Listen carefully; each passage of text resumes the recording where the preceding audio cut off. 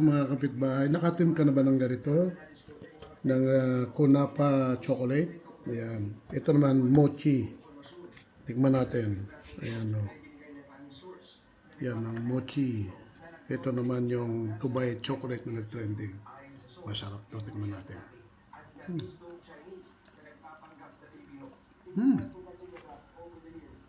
Tingnan mo yung gitna. Pakita mo yung kung paras nga. Ito natin. Very ano siya, oh. Ayun. Ganun palang laman yan. Nasa gitna. Ayun, napaka Anong lasa? sticky. Sticky. Masarap siya. Hindi matamis masyado? Hindi masyadong matamis, katamtaman lang. Okay rin. Kain tayo mga kapitbahay. Wow. Sarap. Hi guys! Welcome back to our channel. Ngayon, ipapakita ko naman sa inyo yung mga pinamili namin sa Wemart. Tignan natin. Marami-rami kaming napamili kasi mura lang siya. Ayan. Wemart is a Chinese supermarket dito sa Dubai. Ito. Ayan. Sweet beans. Frozen to. Madali lang ito ano mo lang to, steam mo ng 5 minutes. Ito pa, sweet beans, ube naman to, taro flavor. Ito, chocolate flavor. Yan.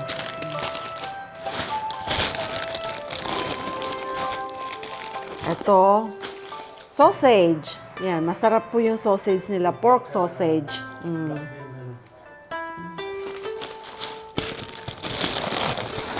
Tapos, ito, hipon. Yan, malalaki na yung prawns na, yung hipon po nila. Masarap po ito. Malalaki siya at mura pa, malinis na. Iluluto mo na lang. Ano pa ba? Ayan, ito pa. Ito ang seaweeds. Ito talaga ang pinunta namin sa Wemart kasi wala na kaming seaweeds. Masarap po itong gamitin sa soup. Ito naman, yung bread ng Chinese. Yan. Anak ko po ang bumili nito, hindi ko alam ang pangalan. Pero masarap po ito sa morning. Para siyang churros ang lasa. Ito naman, dumplings, Korean dumplings, Bibigo, buy one, take one. Yan, vegetable na may noodles. Shrimp pala ito, shrimp na may noodles. Yan. Ito, sweet potato, kamote. Yung purple po ito, yan. Maganda po to sa atin, lalo na yung mga nagtumatanda na, gaya namin, aging. 50 plus, magandang breakfast po ito. I-steam nyo lang. Ayan. Mura lang, 8 dirhams. Madami-dami na rin ang laman nito. So, yan. Bumili kami ng 2 bag. Ito, seaweeds. Ayan, masarap yan pag once, alam nyo na, pag nag-iihaw ng belly, pork belly. Ito, bagong biscuit. Ayan. Oo. Itatry ko lang. Mukha kasi siyang masarap dahil maraming bumibili. Ito naman ang noodles. Yan. Chili noodles. Yan. Binili ng aming binata. At of course, kimchi. Yan. Maganda po ito, probiotics. Kailangan natin kumain ng kimchi once in a while. Pag nag-ihaw kayo ng pork belly o ng isda, bangos, tilapia, whatever, yan, kumain po kayo nito, sabayan nyo. Ito naman, yan, sprout. Yan, malalaki siya, oh.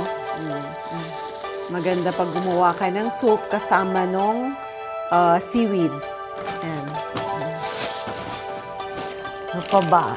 Ito, yan, mani. Kailangang ilaga mo. Pinas. Ha?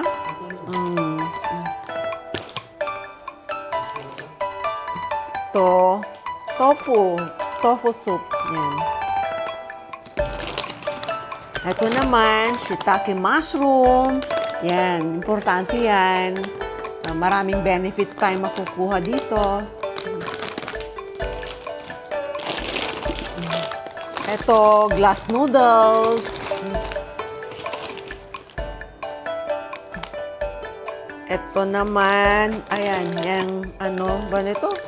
Ang tawag nito, itim, black beans.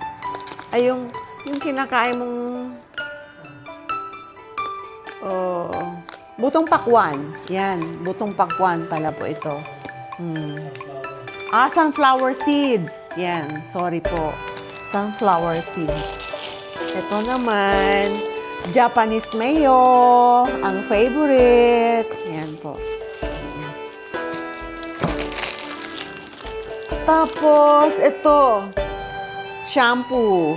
Ito po ganito po yung nabili namin sa Japan. Ngayon, mayroon din po dyan sa Wemart. Bumili kami. Medyo mataas ng konti kasi syempre sa pagpapadala dito pag export sa Dubai. Ito po yung honey shampoo. Yan. Maganda yan sa buhok, hindi nakakalugas. Yan. Highly recommended po yan. At saka, ang aming Lucky Oink Oink. Yan po, oh. Bachoy. Ito, pakita ko sa inyo. Sabi ng mga Chinese friends natin, good luck daw po ito. Ano yun, yung mga wish namin mapagbigyan nitong si Oink Oink. Ito siya, oh.